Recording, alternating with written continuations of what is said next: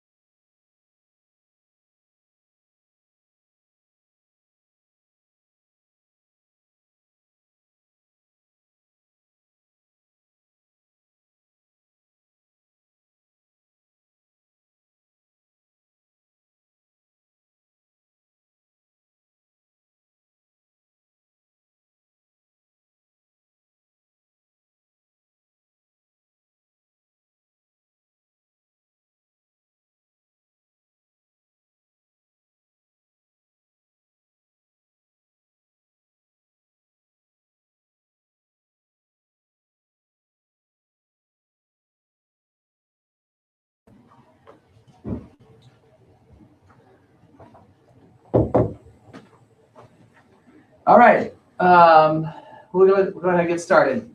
Thanks everybody for dialing in today. So I will start today with, I think, the topic that's at the top of everybody's mind, which is the new leave guidance. It's really long. Got back to the squadron about 5 minutes ago. Different topics. So to leave, so the wing commander thinks that the leave guidance that's been put out by DoD is pretty clear, and so he doesn't really have any additional kind of like layered guidance to put on top of that from the wing. And from the group, the other squadron commanders within the group and the group commander, we all kind of came to a similar agreement of how we think we should execute this. So it's going to be at the squadron commander level, and kind of as I talked about, a little bit yesterday, the local area is going to be defined as that 8 hours driving distance back here to Andrews, and leave will be approved through kind of our standard process with the you have to make sure that's cleared through the scheduler, and then it's cleared with your supervisor, and then what's going to come to me will be a leave web request, but no leave web request should come to me before it goes through those two steps.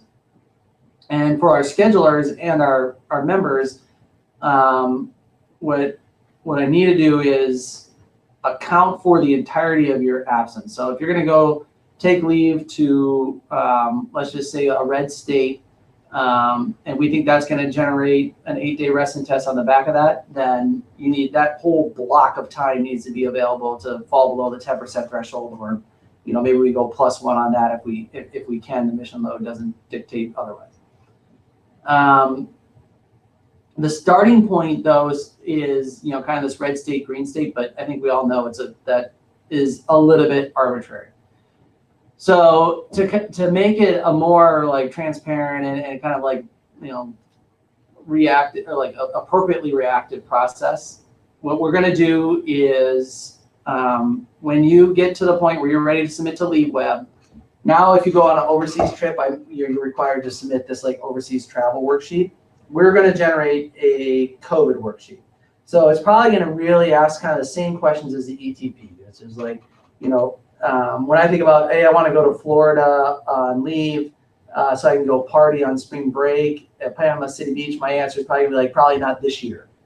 Or even if it's, I want to go to Savannah to party, for the St. Patrick's Day or whatever, then those types of leave requests just aren't going to come to the point where it's worth the risk.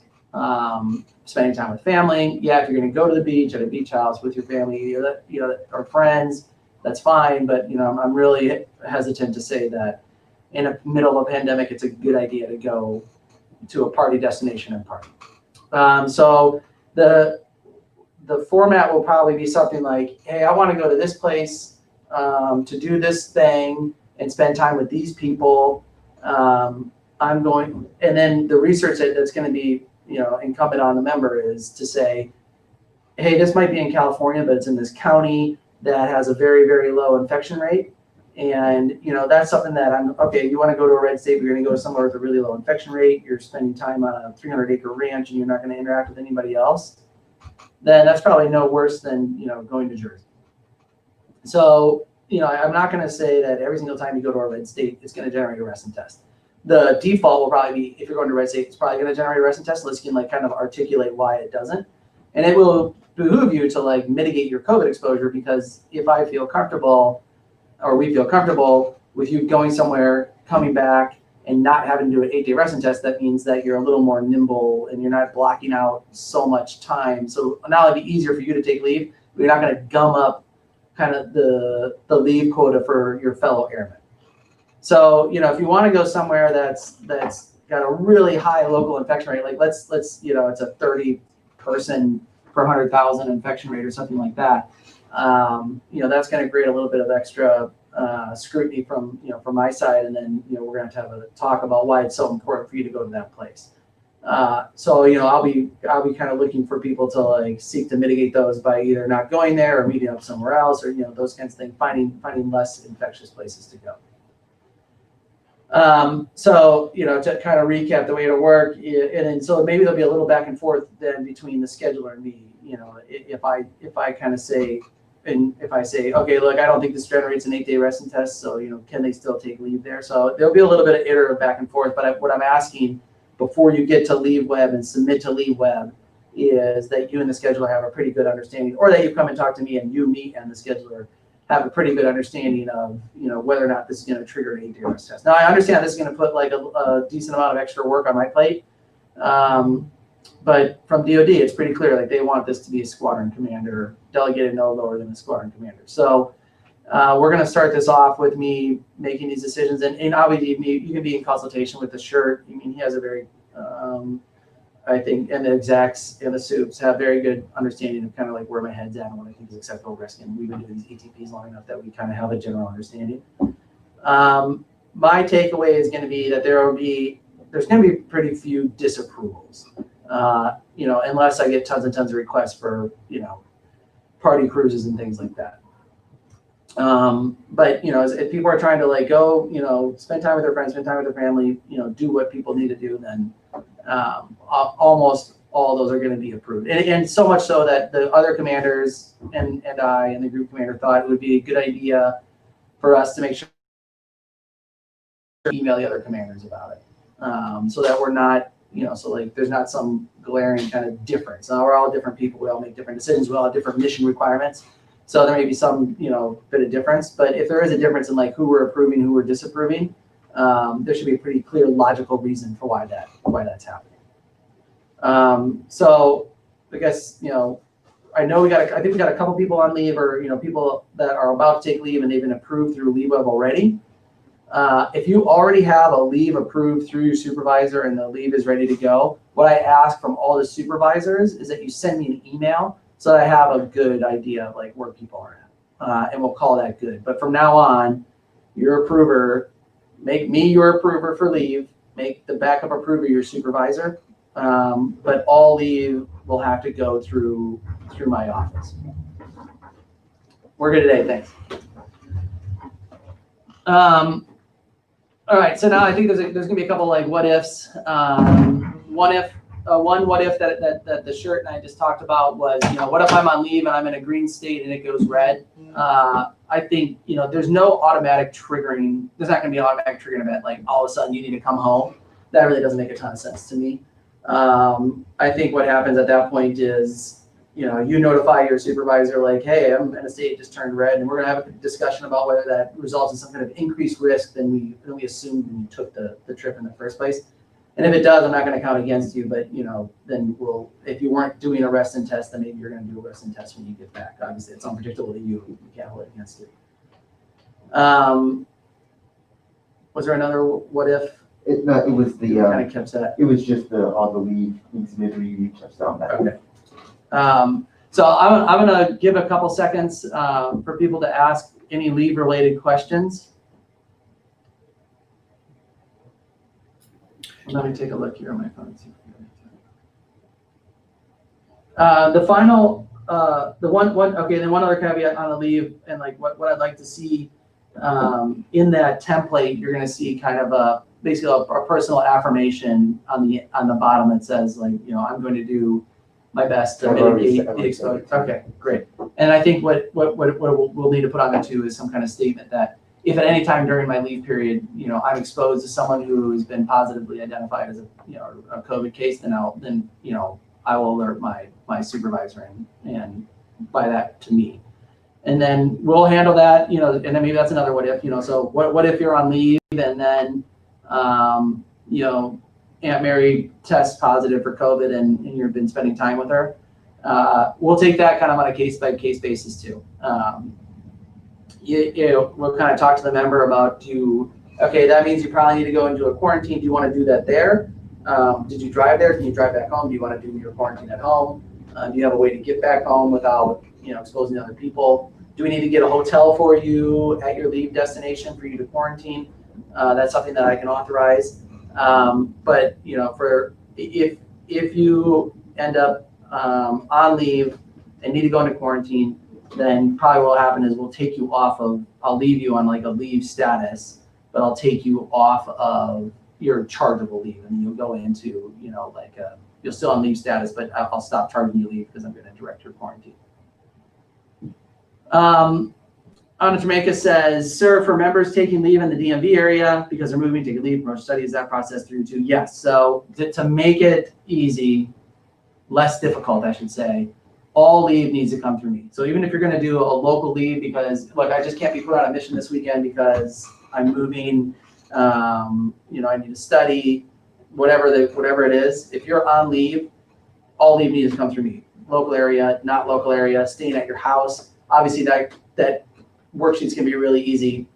I am staying at my house. Okay, that's fine. Yeah. But yeah, I need to sign off on all the leave, any leave that goes out of the squatter, or that occurs. And then we'll see like just the if it's impossible for me to manage, then probably what I'll do is like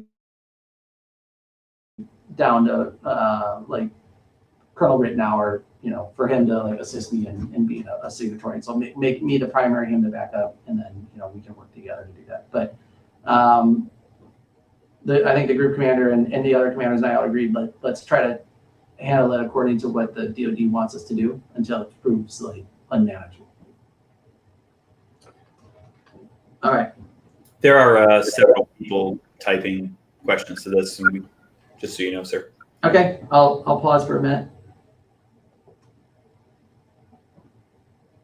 On YouTube, okay.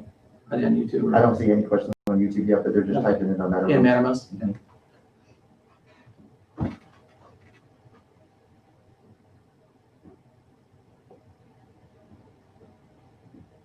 And if you're typing a question on Mattermost, but you're dialed into the Jitsi room, you can just say whatever your question is.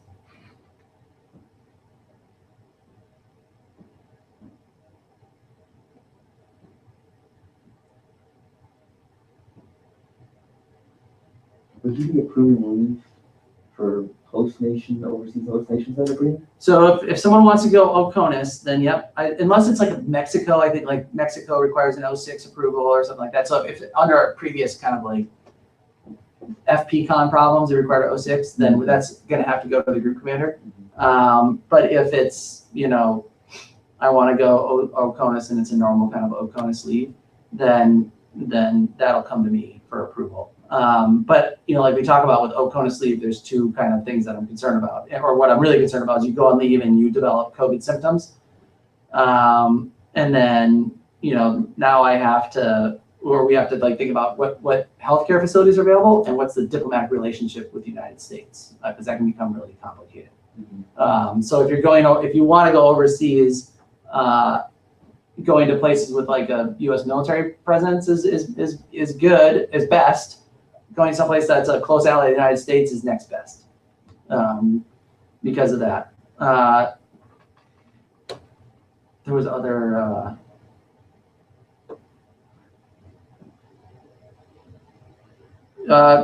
She said, "Thank you. Can the process of routing be added to this in-house worksheet, i.e., leave tracker, scheduler, COVID form, supervisor leave up, sign on paper will help us visual to the top. No. That can be part of the checklist. No. Yeah.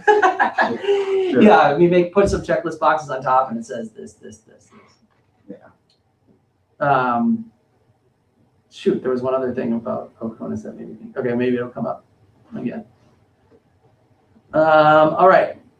I don't see anybody else typing. I saw OQ typing and I saw Sergeant Dixon typing, but I don't know if that means they're done. Okay, maybe we answered your question. I mean, they can still put them in the channel. Okay. All right. So I want to address one thing here too. Anonymous, through my anonymous commander question line.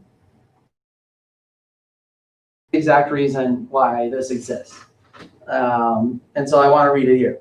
It says, "Sir, at the commander's call today, can you discuss what are the deciding factors in continuing to send flight attendants to culinary and egress training next week when the COVID rates in that area are alarmingly increasing?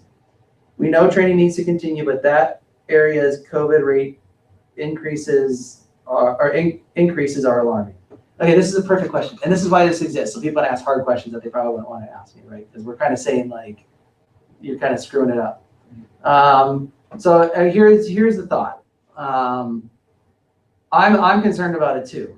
And we talked about just fully canceling the training for now.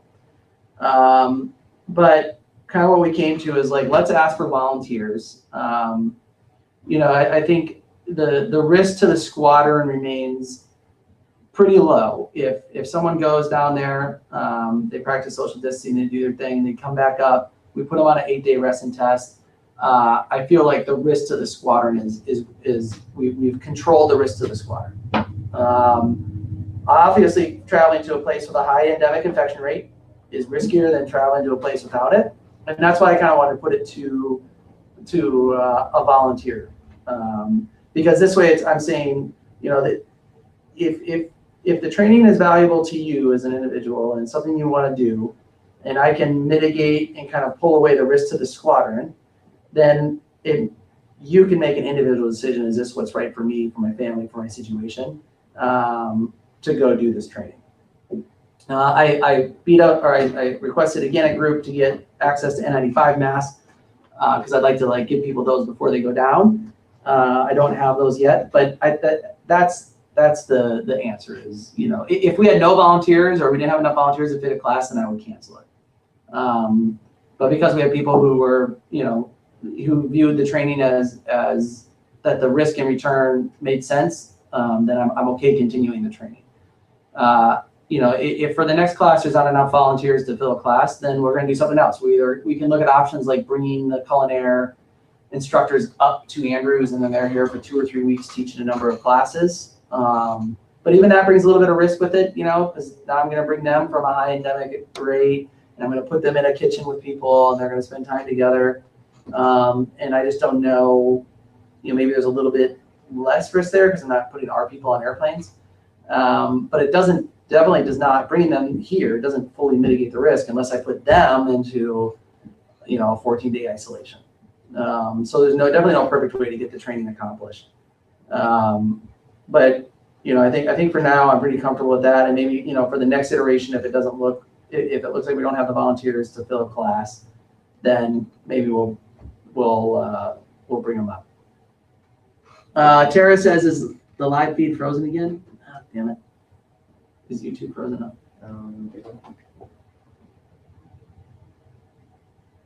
No, it appears we're streaming. Okay, maybe it's just Tara's. Maybe I'm sitting too still. All right, I got one more typing. So again, if you have any questions, send them to the 1ASCC 1 July channel, or send them to the anonymous text number. That's 301-786-3446. All right. Great point here. Plug for all 1AS crew members to watch the CSAF safety video. I watched it this morning. It was good. It's only 3 minutes long, and I'll make sure to log that. GD96, thank you very much. Today we still have 107 members set to ground. So yeah, okay, it's not really an option. You need to go watch it, or you're not going to fly tomorrow. Great point. All right. I'm going to keep moving on of some of the stuff. I'll keep monitoring for questions. I'm going to keep moving on of some of the stuff that we talked about. The group commander wanted to make sure, he said, here's a few things he wanted to talk about was currency. He wants to make sure that for the people kind of at this, we're going to show on our non-mission ready list, that we had waivers or that we prorated, that in our minds in July that we're prioritizing the training for those people, because even if they are still technically current, they may not be proficient. So he wants to make sure we're planning for those. So we can talk about that next, or in the staff meeting, but that'll be something that we talk about. He relayed. If you remember, after our first meeting, I kind of set out here's what to expect from the OG. He also had a few things that he said he wanted to talk about that he had zero tolerance for, and none of these are going to surprise you. You don't have to write them down. Sure, I'm going to say them too fast. Oh, okay. He has zero tolerance for sexual assault, harassment and discrimination, drugs, alcohol abuse, fraternization and unprofessional relationships, a total disregard for military customs and courtesies, and zero tolerance for yes men and yes women. So I like that last one. I think, for all these things, he has kind of a broader explanation, but I think a lot of go without saying. And he and I are maybe a little bit of like military customs and courtesies still makes me a little uncomfortable to walk into a room and people stand up, and he's like, and he feels the same way, but why is that an important thing to do? And it's because it's a ritual for our culture, and it reinforces our values and what we hold to be important. And if you disregard those things, then that can kind of chip away at discipline, which is what you're going to hear the chief of staff say on his video when you watch it.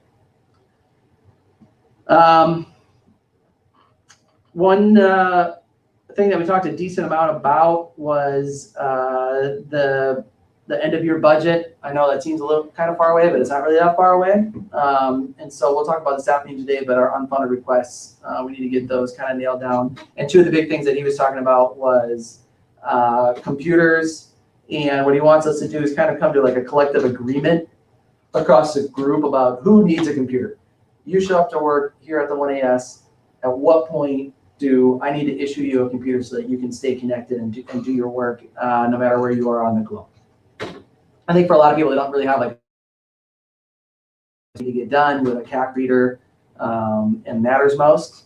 And so for the first, we'll talk about it, and then if we need to buy extra computers, what he wants to do is kind of put that together as a group. Like, what do we need? When do we need it? And then furniture. And so, he's a very big believer in, like a work environment can help generate good or better or worse work. And so, we look around and see the furniture in our spaces and places. Where do we need to replace it and what do we need to replace it with? So what kind of idea do you, so for everybody out there, if you have ideas about it, get with your happy with the layout of your office, get with your supervisor, and let's kind of get ideas together and make the squadron look and function as best as possible. Knowing that we need to, we have too many people in this building, especially as we move along. I talked to him about crew rest facilities at all you need, that they're unacceptable, and we kind of have a couple like methods of communication for this. I know the CENTCOM commander, and so I emailed his exec. I didn't specifically say we need better, but I kind of gave a little bit of hint to the exec that this is something that we're looking at. The wing commander is a former C-40 pilot here, and then we just have some relationships. And so I think over this long mission that we're going to do, a big part of it's going to be like addressing crew rest facilities and are they or are they not sufficient to get the crew rest we need. One thing that the group commander wanted was kind of a statement of like, what does it look when we get back to work if we pick up and the shirt compiled all that information. And what I brought to him and what the shirt said to me, it's the difficulties of dealing with COVID aren't when we get back to work, it's now. And that's what I told him. I'm like, all the stories that we're thinking about might happen in the future, we don't have to wait. Like they're all happening now. Childcare is difficult. It's something that a lot of our members right now are struggling by this thing.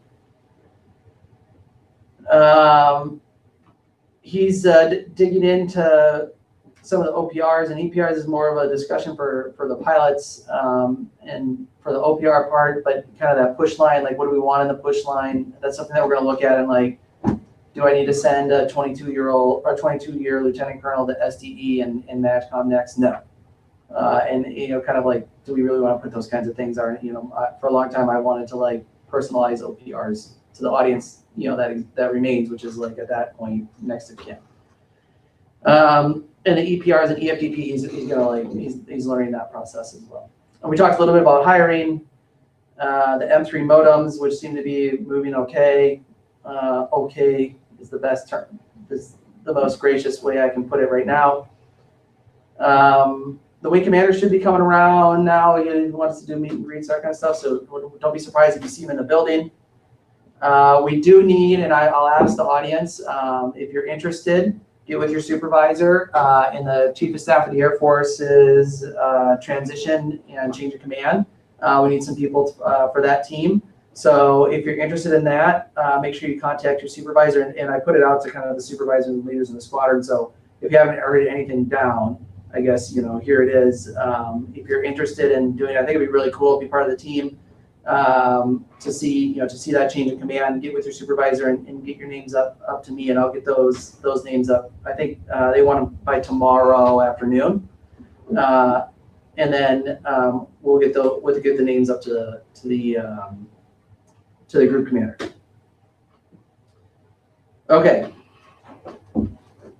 All right, I think that was some of the big stuff. All right, let me go back to the questions. Shawn Bruce Rennick says, sir, along the same lines, the DoD has begun to lift travel restrictions to all states except Florida, California, Michigan. That's true. The travel ban includes TDY. Should we still expect to go to Sims in July? We've had members getting their hotel rooms canceled by the hotels already, for example. So here's part of the discussion on culinary and egress. Part of the problem is I don't have an alternate location for those. So as much as possible, I've taken the Miami Sims and moved them to Denver. But the travel ban does include TDYs. So I think OSTs we need to get an exception for, an ETP for. But for formal training, we don't. And our group and wing consider simulator and culinary and egress formal training. So there's no requirement to get an ETP for those specific type of formal training events. But for like an OST, as far as I know, I think Colonel find out. Hey, sir, it's Peltier. Yeah. Sorry to jump in. I just got off the phone with the group, and if we're doing an OST to green, then it does not require an ETP anymore. Okay, good. Weird. That was one of the do-outs. Okay, so OST green to green doesn't require it. OST green to red does require an ETP. And the group commander said, if you're doing an OST to a red state, I need a really good reason why. Miami would be a really good reason why, because we need to get down there to, change people out. So yes, right now, Shawn, you should still expect to go to the Sims in July. Ideally, we've been able to move those over to Denver. Some of them we couldn't based on scheduling and things like that. But yeah, you should still be expecting to do Sims. Sergeant Mears said, out of curiosity for the person who did test positive, what was the turnaround time from the med group getting a positive test to notifying the member? Yeah, okay, so let me tell you the whole story. So on Saturday, I was on leave. I got a call from Doc Ma. He needed that member's telephone number so he could call him. And my assumption of that, and then, at that point was, okay, I'm just going to execute kind of the process that we have here in the squadron. So, I called back in the squadron and, said, hey, we got a positive test. Okay, we'll put that up through the SIT rep. Public health should be notified. I thought Doc Ma would, notify public health. But yeah, we kind of dropped the ball. It took a little while. So about 35 hours is probably about right. So it took a little time for the test results to come back. And then after the Doc Ma got the results, he called me. So that was on Saturday morning, I think around 10 o'clock or so. Maybe a little later than that. And then the crew, we just dropped the ball. We didn't have a good notification process on Saturday. Saturday should have been, okay, let's, alert up through XP and then out to the SOC and out to the crew. Hey, one of your members tested positive, and we didn't do that. And to me, like the fault there was, I guess I assumed some of those processes were there, ready to go, and existed. There's Doc Ma right now. He heard me talking about it. So yeah, that was basically the problem. So I think we've kind of solved those problems. So now when we get a positive, basically that's going to generate a notification from Doc Ma to me and the OG, and then I'm going to alert the other commanders and then the SOC and also command post, and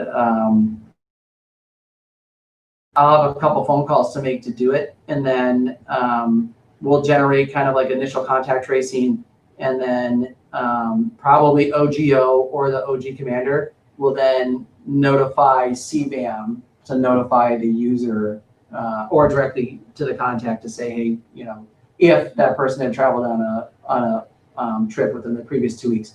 And part of that memo that we're sending to CBAM, we're also requesting that the users would do the same for us. Okay.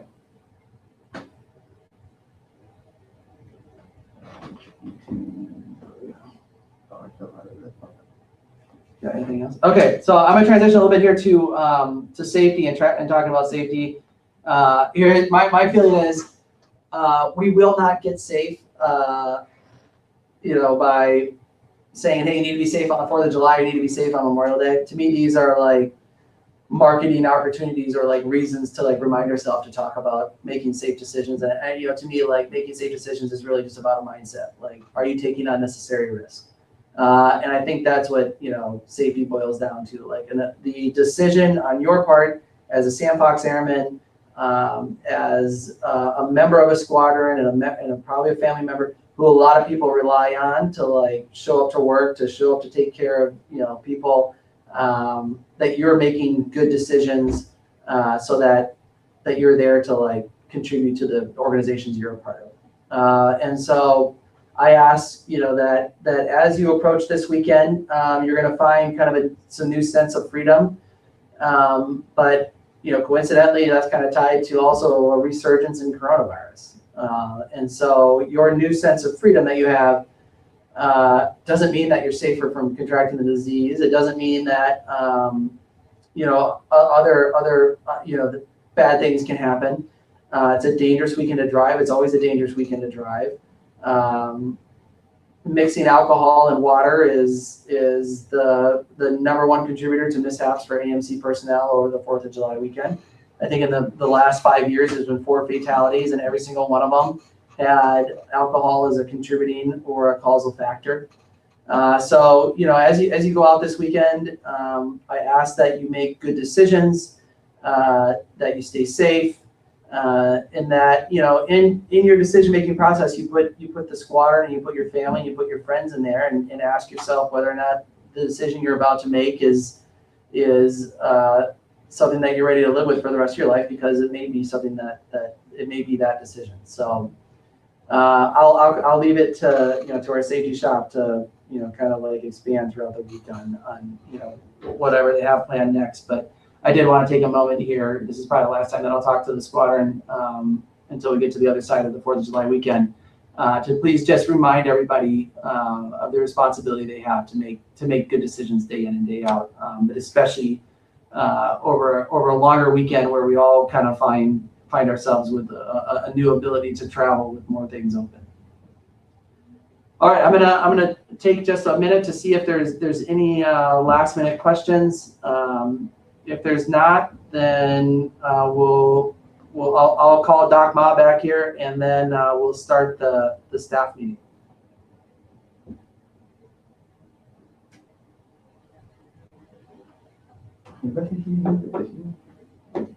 What's that? Sorry about that. Okay. I'm dropping off for the delay. Okay.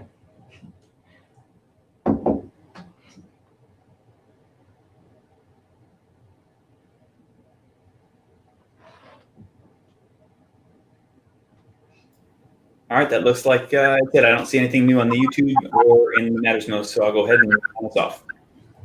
All right. Thank you. Thanks, everybody. Have a great weekend.